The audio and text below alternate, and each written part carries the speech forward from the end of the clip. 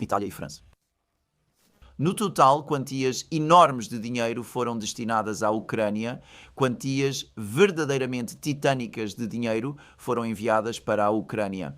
Em nenhum momento transformaram a Ucrânia de forma significativa. Não se observa muita evidência de vastos programas de construção, novas barragens a serem criadas, vastos aeroportos modernizados e brilhantes, nada disso. As infraestruturas da Ucrânia que vi, de qualquer forma, nos vários vídeos que assisti, e vi praticamente todos os vídeos, tanto quanto sei, que são produzidos da Ucrânia desde a guerra. De qualquer forma, a maioria das infraestruturas ainda parece datar da era soviética.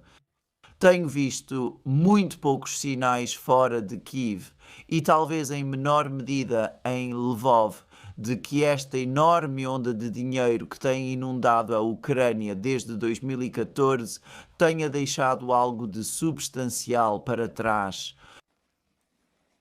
Aparentemente, não existe sequer um fundo soberano de onde a Ucrânia possa retirar recursos financeiros. E observamos que atualmente estão a lidar com este gigantesco déficit orçamental que, com os seus próprios rendimentos internos, não conseguem de forma alguma cobrir.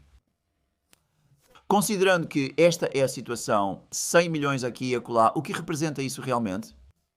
Não é absolutamente nada. E isso leva-nos a ponderar se isto é verdadeiramente uma investigação anticorrupção ou, possivelmente, um exercício de ajuste de contas político, se tudo isto faz parte de uma tentativa de travar algum tipo de conflito político, uma utilização das agências anticorrupção NABU e SOPA para tentar minar a posição de Zelensky, com o próprio Zelensky a resistir da maneira que pode.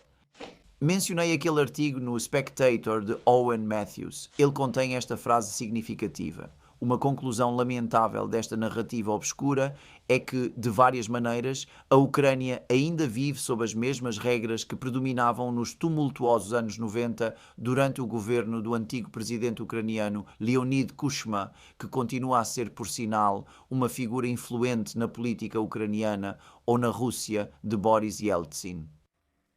Após o colapso da União Soviética, tornou-se comum que empresários ricos comprassem o controlo sobre elementos das forças de segurança e os colocassem a trabalhar na gravação de conversas privadas entre políticos de destaque ou rivais empresariais, utilizando o compromisso resultante como uma ferramenta política. Desta vez, os jogadores do NABU, que são apoiados pelo Ocidente, estão a confrontar-se com o SBU, que é apoiado por Zelensky. No entanto, a interseção entre a corrupção e a política de alto nível parece, de forma desanimadora, uma viagem de regresso ao passado. Vou afirmar de imediato que a realidade, no que me diz respeito, é que a Ucrânia nunca realmente saiu da década de 1990. A Rússia obteve sucesso, mas a Ucrânia não conseguiu. E isso talvez esteja no âmago da grande tragédia que assola a Ucrânia. No entanto, não vou debater isso mais neste programa. Ele menciona que este é mais um ponto que Owen Matthews destaca. A imagem de uma sanita dourada que foi descoberta na opulenta mansão suburbana do ex-presidente Yanukovych transformou-se num emblema icônico da corrupção que culminou nos marcantes protestos de Maidan de 2014. É uma suprema ironia que a revolução contra esses donos de sanitas douradas tenha eventualmente levado a uma guerra em grande escala com a Rússia, cujos lucros, ao que parece, foram usados para comprar ainda mais sanitas douradas. Bem, atualmente não tenho nada para adicionar a isso, não compreendo completamente. Não vou desperdiçar tempo a tentar compreender o contexto político deste conflito de corrupção que está a acontecer em Kiev. O que mencionarei sobre este assunto, contudo, é o seguinte. Em primeiro lugar, apesar de todas as circunstâncias, ainda não estou convencido de que a posição de Zelensky esteja realmente em perigo sério, mesmo que ele esteja tão profundamente envolvido na corrupção como indicam os rumores bem fundamentados. A razão principal é que Zelensky continua a ser a única figura no governo ucraniano que, por ter sido eleito há todos esses anos, ainda mantém algum vestígio de legitimidade. Removê-lo da cena e não restaria qualquer forma de legitimidade. ter-se-ia um governo provisório de algum tipo que não possuiria qualquer base democrática ou, aliás, constitucional na Ucrânia. E não posso deixar de pensar que numa crise como a que a Ucrânia está a atravessar neste momento, isso é uma receita para o colapso político e a desintegração do Estado, o que eu teria pensado que todos os intervenientes, incluindo os governos ocidentais, quereriam evitar. A alternativa possível seria um golpe militar que rapidamente desmoronaria, evoluindo rapidamente para um golpe pelas brigadas ultranacionalistas.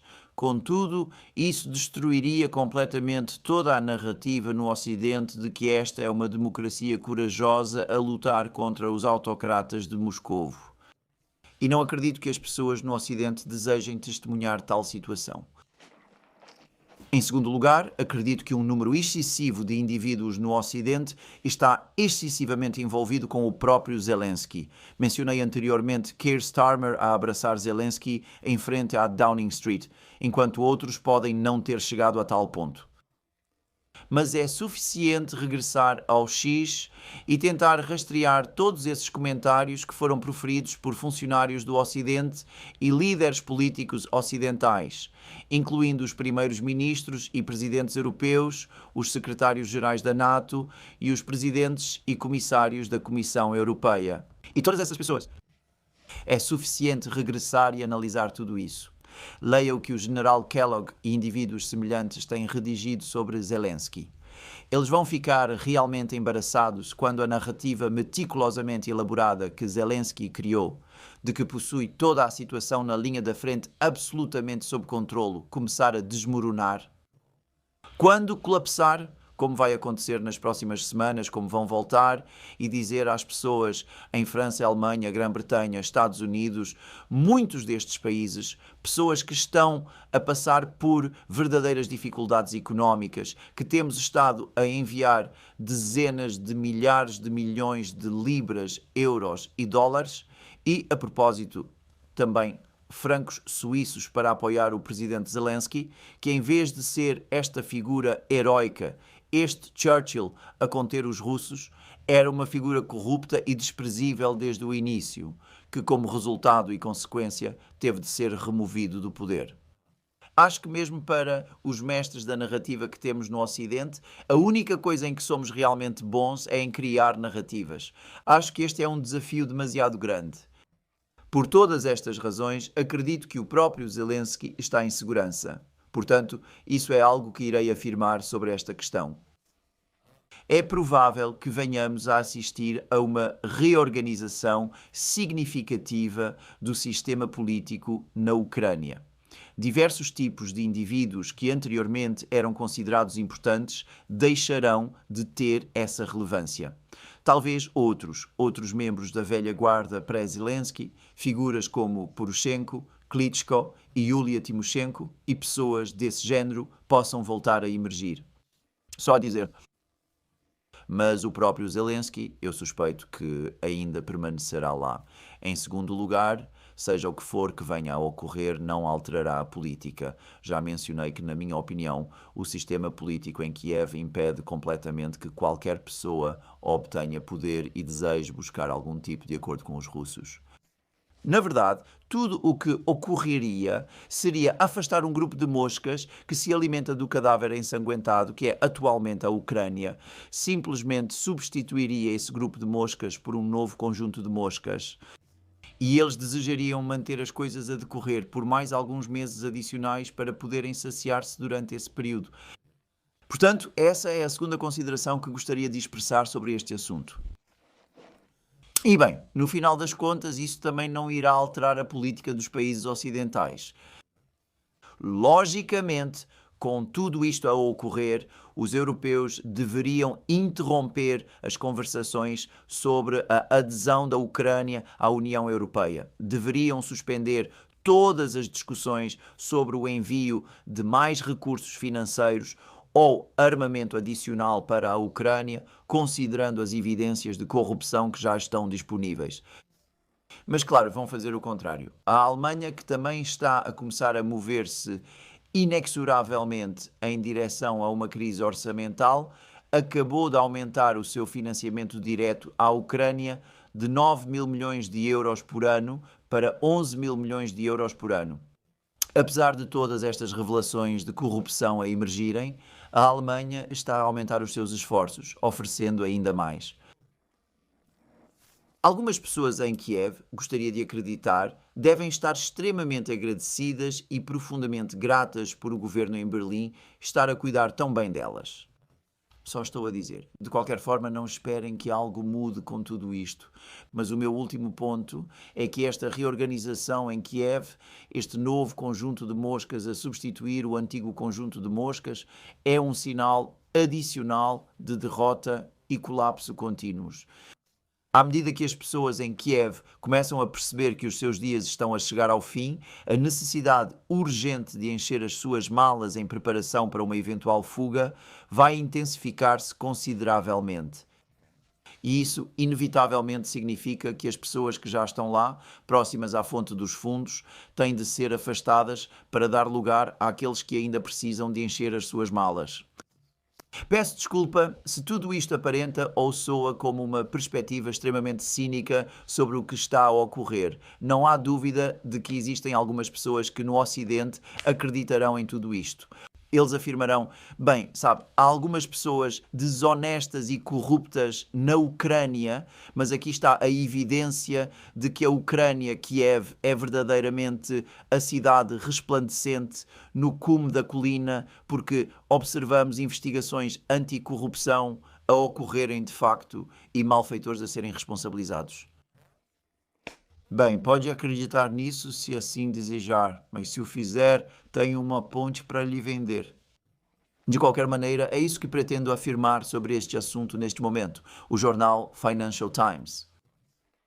De maneira consistente com a forma como os meios de comunicação britânicos estão atualmente a começar a preparar o público britânico para a crise militar na Ucrânia, o jornal Financial Times também publicou recentemente um extenso artigo sobre admitir algo que nestes programas tenho vindo a afirmar há já bastante tempo, que os russos alcançaram agora a supremacia aérea e que estão a avançar, e que são os drones russos que atualmente dominam os céus sobre a Ucrânia.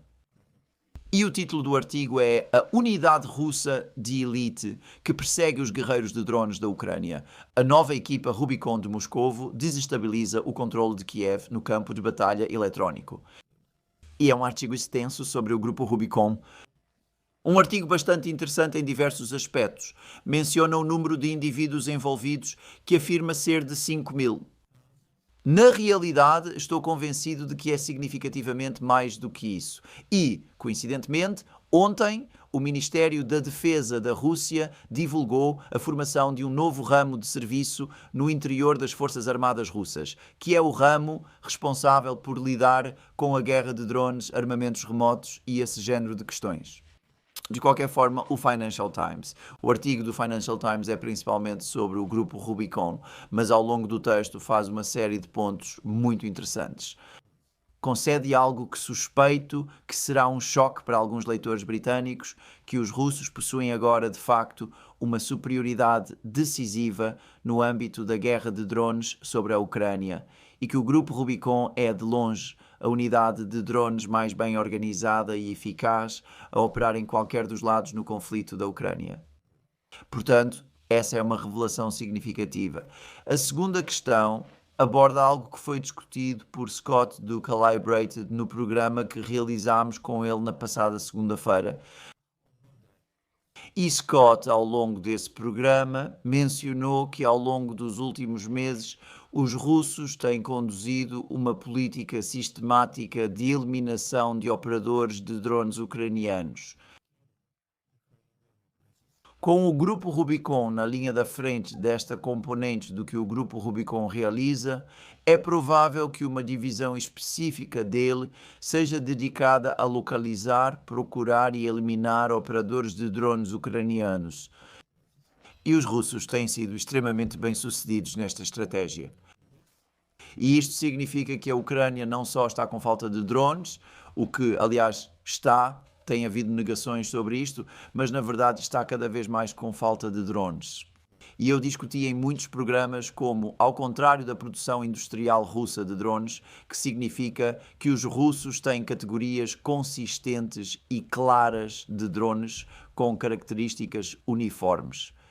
Os drones ucranianos, que são fabricados por pequenas oficinas espalhadas por toda a Ucrânia, formam um conjunto quase incontrolável, talvez até mesmo completamente incontrolável. De qualquer maneira, além do facto de os russos agora possuírem uma quantidade significativamente maior de drones, os ucranianos estão a enfrentar uma escassez verdadeiramente catastrófica de operadores de drones, o que implica que a Ucrânia não consegue operar eficazmente os seus drones.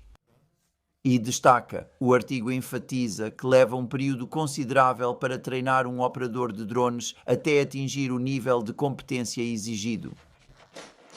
E a terceira questão que o artigo do Financial Times salienta é algo que eu tenho mencionado há bastante tempo, que é o facto de os russos empregarem drones de maneira distinta em comparação com os ucranianos.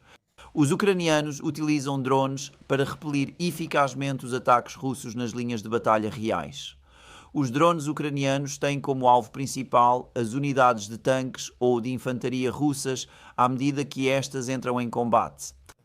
Em contraste, os russos fazem uso dos seus drones para causar perturbações na logística ucraniana. O alvo principal deles são as áreas mais recuadas da Ucrânia. Eles utilizam os drones para interromper as vias de abastecimento, privando os ucranianos de suprimentos essenciais nas linhas de frente. E isto é consistente com a doutrina russa de longa data. Lembro-me de que fizeram exatamente o mesmo na Síria após 2014, quando bombardearam as estradas de abastecimento dos jihadistas para as frentes de batalha, em vez de atacar as próprias tropas jihadistas nas linhas da frente. E é extremamente eficaz. Isso significa que as forças ucranianas na linha da frente acabam ficando privadas de suprimentos essenciais.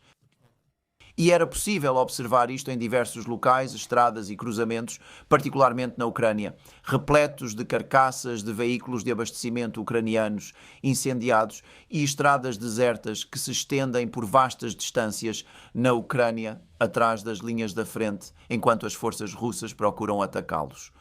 De qualquer forma, é um artigo interessante, pois não me diz nada que eu já não tivesse ouvido antes. Mas certamente será algo que possivelmente surpreenderá, talvez até mesmo choque, alguns leitores britânicos. Pois é isso, a guerra prossegue. A crise económica na Ucrânia está a aprofundar-se significativamente. Observamos também a crise política. Nas próximas semanas, tenho a suspeita de que vamos começar a receber notícias que serão cada vez mais dramáticas. A questão de maior relevância e ainda sem resposta definitiva, à qual não vou fornecer respostas totalmente confiantes, é o que o Ocidente irá efetivamente fazer nesta situação. Quanto a isso, teremos de esperar para ver. Entretanto, o presidente dos Estados Unidos da América está, ao que me parece, mais uma vez profundamente atolado num escândalo de natureza familiar. Cada vez mais informações, e-mails e afins estão a começar a emergir, redigidos por e de bem. Vamos referir-nos a ele como o financista Jeffrey Epstein, sobre cuja reputação todos os que assistem a este programa estão, sem dúvida, completamente informados. Vou mencionar diversas informações sobre estes e-mails. Em primeiro lugar, não se deve ter demasiada pressa em assumir que, apenas porque Jeffrey Epstein afirmou algo num e-mail, isso é necessariamente verdade. Li, por exemplo, que Jeffrey Epstein mencionou como Donald Trump passou a maior parte de um dia inteiro com uma pessoa não identificada. Existe muita especulação sobre quem poderia ser essa pessoa, mas lemos noutro lugar que esta pessoa, quem quer que fosse, era alguém que aparentemente foi vítima de tráfico. Isso pode realmente ser verdade. Contudo, apenas porque Jeffrey Epstein mencionou isso num e-mail, não significa que seja verdade. Não estou absolutamente certo de quando Epstein enviou este e-mail, mas parece ter sido escrito algum tempo depois de Epstein e Trump terem rompido. E não posso deixar de pensar que, a esta altura, Epstein, não teria sentimentos muito amáveis em relação a Donald Trump e dificilmente seria a pessoa em quem se gostaria de confiar. Outra coisa que diria é que é interessante como, muito tempo após a sua condenação em 2008 ou 2009, várias pessoas interessantes continuaram a manter contacto com ele. No Reino Unido, experienciamos dois escândalos significativos, um envolvendo um político de destaque, Peter Mandelson, e o outro envolvendo o irmão do rei, anteriormente conhecido como Príncipe Andrew, que essencialmente resultaram no colapso das suas reputações. Porque acabou por se descobrir. Bem, uma das razões, houve várias razões, mas uma das razões foi porque se descobriu que mantiveram contacto amigável com Epstein após a sua condenação. Bem, parece que muitas outras pessoas também o fizeram e não estou a fazer aqui qualquer alegação de má conduta ou comportamento impróprio, mas fiquei impressionado ao ler no Político sobre uma troca de e-mails entre Jeffrey Epstein e Larry Summers acerca do comportamento de Trump na reunião de cimeira de Helsínquia entre ele e Putin, que, se não me falha a memória, ocorreu em 2017 ou 2018. Portanto, Epstein estava a corresponder-se com indivíduos desse calibre na altura e indivíduos desse calibre estavam a corresponder-se com ele. Ainda me surpreende o alcance que este homem verdadeiramente peculiar parece ter tido em termos de indivíduos. E, bem, o Político deu bastante destaque aos contactos de Epstein com os russos. Estes contactos parecem ter-se limitado a uma única reunião com o embaixador russo nas Nações Unidas, Vitaly Churkin. Ele aparenta ter feito um esforço para começar algum tipo de diálogo com os russos, incluindo Lavrov, a respeito de Trump também. Contudo, a minha percepção, a partir das trocas de e-mails, é que os russos mantiveram Epstein a uma certa distância. Talvez estivessem a ponderar sobre que tipo de indivíduo ele era e se poderia ser uma armadilha de alguma espécie, quem sabe. De qualquer maneira, tudo isto. Mas acho eu, o fluxo constante de informações sobre o presidente, sobre o próprio Donald Trump, que está a atrair atenção agora. Tudo o que posso dizer é isto. Durante a nossa transmissão ao vivo com ele no Duran, Robert Barnes, o advogado norte-americano, afirmou que o ponto de viragem significativo na administração de Trump ocorreu em maio, quando Trump reverteu a sua promessa pública de divulgar a totalidade dos ficheiros relacionados com Epstein. Concordo plenamente com essa afirmação e acredito que isso tem causado e continua a provocar danos significativos a Trump. E tudo o que posso afirmar sobre isso é o seguinte: não tenho conhecimento das informações contidas nesses e-mails e em todos esses documentos, mas o próprio Trump persiste em afirmar que não cometeu qualquer erro. Ghislaine Maxwell também afirma isso, não que ela seja possivelmente a fonte mais confiável. E bem, aparentemente Virginia Giuffre nunca apresentou quaisquer acusações contra Trump também. Apenas estou a afirmar isso. Tudo o que mencionarei é o seguinte: se realmente for o caso de que não houve absolutamente nenhuma má conduta ou comportamento inadequado por parte de Trump, a decisão mais acertada, evidentemente, seria divulgar todo o material e afirmar: vejam, sim, eu conheci Epstein. Sim, ocasionalmente mantive uma relação amigável com ele. Sim, aceitei a sua hospitalidade de maneiras que agora profundamente me arrependo. Mas eu não cometi qualquer erro, nada verdadeiramente errado. E seja qual for a informação que encontres escrita sobre mim nesses documentos, precisas de ter isso em consideração. Não encontrarás absolutamente nada que me prejudique de forma significativa e me envolva diretamente ali. Bem, o Trump não fez isso. E agora, o que vai acontecer? Estou absolutamente certo de que o que irá ocorrer é que nas semanas e meses seguintes, e quem sabe, talvez até mesmo anos, iremos receber pequenas quantidades de informação a emergir ao público. E eu antecipo que dessa maneira, informações que poderiam ter sido possivelmente esclarecidas ou até mesmo justificadas, provocarão um grande prejuízo a Trump. E ele acabará por perceber que, ao adiar a divulgação, a revelação que havia prometido não terá trazido nenhum benefício para si próprio. Bem, é aqui que terminou o programa de hoje.